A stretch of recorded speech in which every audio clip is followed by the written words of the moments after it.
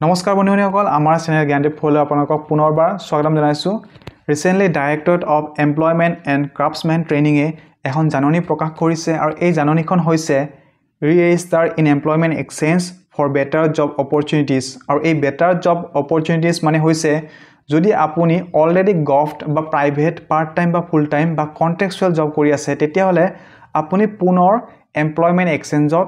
ৰি-ৰেজিষ্টাৰ কৰিব লাগিব কাৰণ আগতে এমপ্লয়মেন্ট এক্সচেঞ্জত হয়তো আপোনাৰ এমপ্লয়মেন্ট বা অকুপেশন স্ট্যাটাসটো আছিল আনএমপ্লয়েড আৰু এইবাৰ যেহেতু এডিআৰই আৰু অন্য এক্সামৰ যোগেদি বহুতো আনএমপ্লয়েড ক্যান্ডিডেটে জবত সোমাইছে গতিকে তেওঁলোকে নিজৰ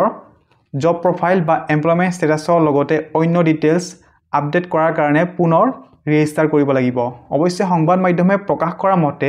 সকলো ক্যান্ডিডেটে পুনৰাই ৰেজিষ্টাৰ কৰিব লাগিব গতিকে আপোনালোকে পলম নকৰি 29th February 2024 ৰ ভিতৰত আপোনাৰ ৰি-ৰেজিষ্ট্ৰেচনৰ প্ৰক্ৰিয়া সম্পূৰ্ণ কৰিব লাগিব ইয়াৰ বাবে গভৰ্নমেণ্টে সেৱা সেতু নামৰ আপগ্ৰেডেড পৰ্টেল মুকলি কৰিছে যত আপোনালোকে ভিজিট কৰি ৰি-ৰেজিষ্ট্ৰেচনৰ প্ৰক্ৰিয়া সম্পূৰ্ণ কৰিব পাৰিব কাৰোবাৰ যদি কোৱালিফিকেশন আপগ্ৰেড হৈছে তেওঁলোকে নিজৰ কোৱালিফিকেশনৰ ডিটেইলছ আপডেট কৰিব পাৰিব অৱশ্যে এই ৰি-ৰেজিষ্টাৰ প্ৰসেছত আপোনালোকৰ এমপ্লয়মেন্ট এক্সচেঞ্জ ৰেজিষ্ট্ৰেচন নাম্বাৰটো আগৰ নিচিনা সেমে থাকিব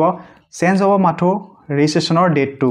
নতুনকৈ জব পোৱাবৰে নিজৰ কাৰেন্ট এমপ্লয়াৰৰ পৰা অৰ্থাৎ এতিয়া যি অফিচত চাকৰি কৰি আছে সেইখন অফিচৰ পৰা এখন এনঅসি উলিয়াব লাগিব পুনৰাই এমপ্লয়মেন্ট এক্সচেঞ্জত ৰেজিষ্টাৰ কৰাৰ বাবে আৰু ৰেজিষ্ট্ৰেচনৰ কাৰণটো এনঅসিত ফৰ বেটাৰ জব অপৰচুনিটিজ বুলি মেনশন কৰিব পাৰে আৰু সেইখন এনঅসি লগতে অন্য ডকুমেন্ট পুনৰাই আপলোড কৰিব লাগিব পৰ্টেলত এইবাৰ অৱশ্যে এপ্লাই কৰা সময়ত এটা ফিজ আপুনি দিব লাগিব আৰু তাৰ পিছতহে এমপ্লয়মেন্ট এক্সচেঞ্জ কাৰ্ডখন আপুনি ডাউনলোড কৰিব পাৰিব পৰ্টেলৰ পৰা সো ইয়াতে কিছুমান আপোনাৰ হেল্পলাইন নাম্বাৰ দিয়া আছে আপোনাৰ কিছুমান কোৱেৰি থাকিলে আপোনালোকে এই নাম্বাৰবোৰত কল কৰিব পাৰে এই প্ৰসেস দিয়া আছে আপোনালোকে কেনেকৈ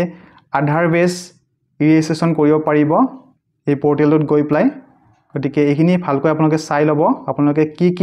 কৰিব পাৰিব তাত আপোনালোকৰ কোৱালিফিকেশন ডিটেইলছবোৰ আপডেট কৰিব পাৰিব এক্সট্ৰা কোৱালিফিকেশন আছে যদি সেইবোৰ আপডেট কৰিব পাৰিব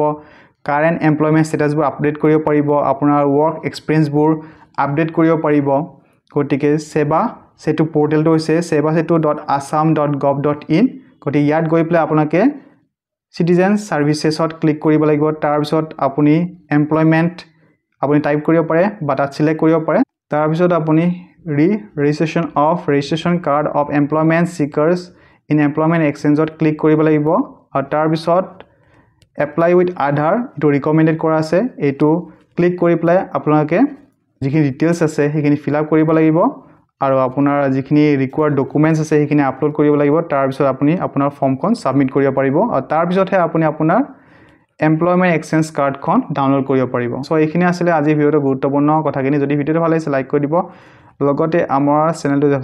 সাবস্ক্ৰাইব কৰি দিব ধন্যবাদ